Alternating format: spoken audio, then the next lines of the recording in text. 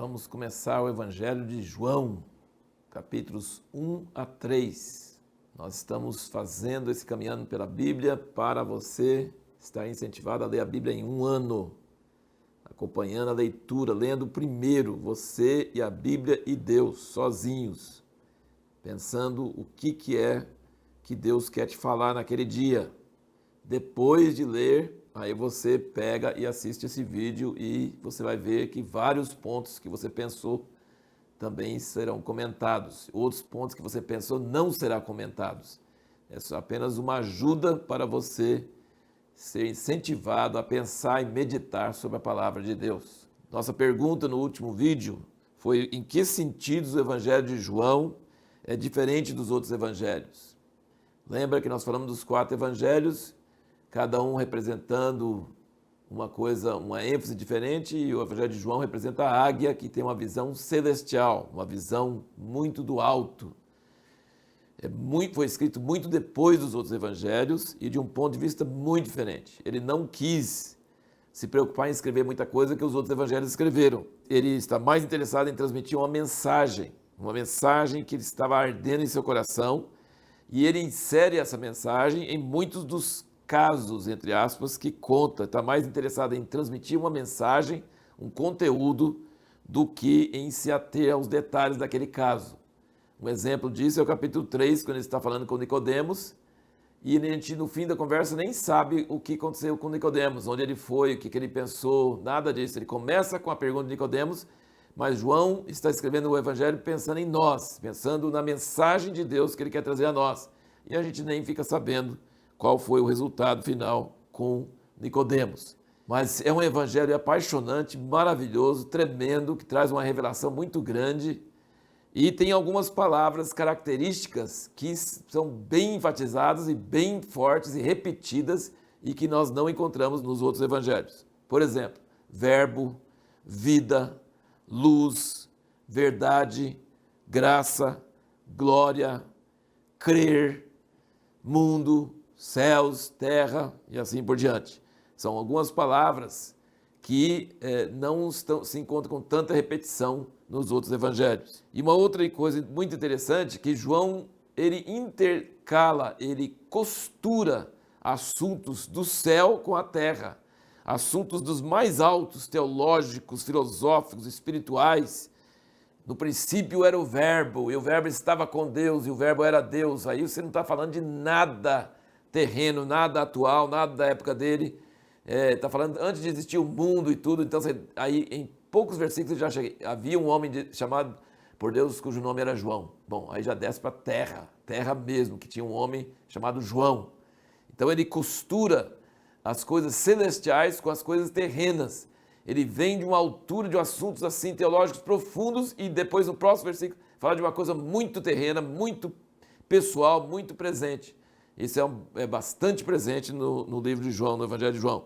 Por exemplo, os outros evangelhos são muito mais cronológicos, muito mais se atém à história e tal. João não. João é muito das alturas e dos assuntos, dos diálogos compridos, dos temas, né? Só que, em contrapartida, nós sabemos que Jesus tinha um ministério de 3 anos e meio usando João, porque ele cita todas as festas anuais e dá para ver uma coisa, a cronologia bem mais exata com João do que nos outros. Então, apesar de ser tão celestial e tão teológico e filosófico, ele ainda tem alguns aspectos muito terrenos que os outros não têm. Então, assim, é uma mistura dos céus e da terra. E ainda usa essa dualidade. Ele fala: vocês são de baixo, eu sou de cima, eu vim dos céus, vocês são da terra. Então ele compara muito essas coisas do céu e terra e mistura e intercala. É um evangelho apaixonante, maravilhoso. Outra coisa diferente do Evangelho de João é a visão de João Batista.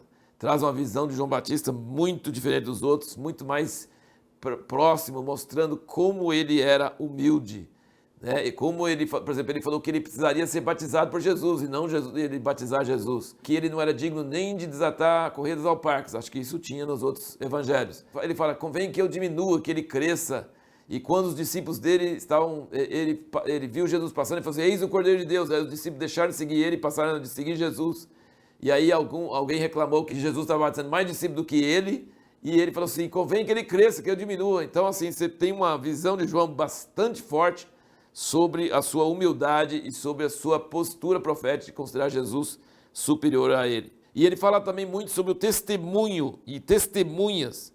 Como o Evangelho fala de coisas invisíveis, é necessário que nós possamos crer, que é um tema forte de João, usa a palavra crer em todo o livro todo. Nós temos que crer como, se a gente não vê?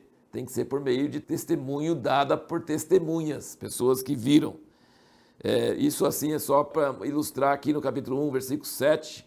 Ele fala, este veio como testemunha a fim de dar testemunho da luz, para que todos crescem por meio dele. Ele não era a luz, mas veio para dar testemunho da luz. Versículo 15, João deu testemunho dele, clamou dizendo, este é aquele de quem eu disse. Versículo 19, este foi o testemunho de João, quando os judeus enviaram a Jerusalém sacerdotes levitas para que lhe perguntasse, quem és tu? Versículo 32, e João deu testemunho dizendo, viu o Espírito descer do céu como pomba e repousar sobre ele. Versículo 34, eu mesmo vi e já vos dei testemunho de que este é o Filho de Deus. Capítulo 2, versículo 25, e não necessitava de que alguém lhe desse testemunho do homem, pois ele bem sabia o que havia no homem. 3, versículo 11, em verdade digo que nós dizemos o que sabemos e testemunhamos o que temos visto e não aceitais o nosso testemunho. Versículo 26 do 3, foram ter com João e disseram-lhe, Rabi, aquele que estava contigo além do Jordão, do qual tens dado testemunho, eis que está batizando e todos vão ter com ele.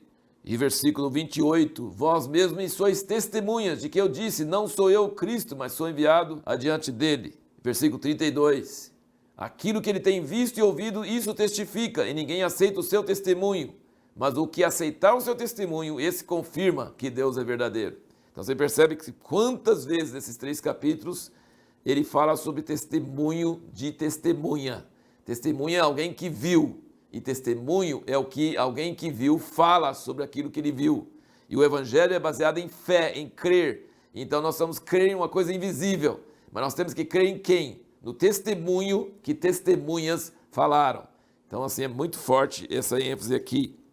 No capítulo 2 é muito interessante ver como a mãe de Jesus tinha fé em Jesus, apesar dele não ter feito nenhum milagre ainda, e como uma mulher insistente pode mudar a hora de Deus.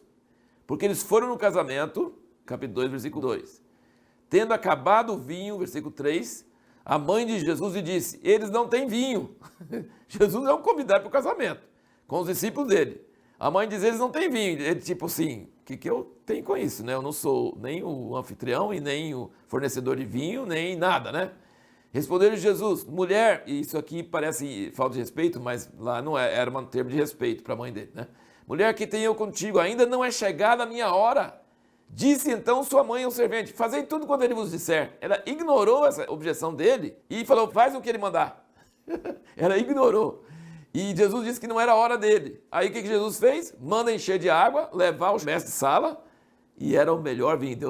Quando Deus faz milagre, ele não faz milagre pela metade, ele faz o melhor vinho que podia ter, ele fez. Então a insistência pode até mudar a hora certa. Jesus disse, não chegou a minha hora, mas ele fez o milagre, começou seus milagres nesse casamento de Caná da Galileia. É maravilhoso pensar que o primeiro milagre de Jesus aconteceu num casamento e ele disse que o melhor vinho é depois. E quem segue a palavra de Deus e obedece a Deus, descobre que o primeiro amor, no primeiro ano, no primeiro tempo do casamento, que parece tão apaixonante e tudo, mas é bem inferior aos últimos anos do casamento. Depois de anos de vida junto, Deus transforma a água em vinho e o vinho dos melhores. Isso é muito maravilhoso a gente pensar sobre isso. A pergunta que nós vamos fazer para o próximo vídeo é: por que o Pai deu toda a autoridade dele para o Filho?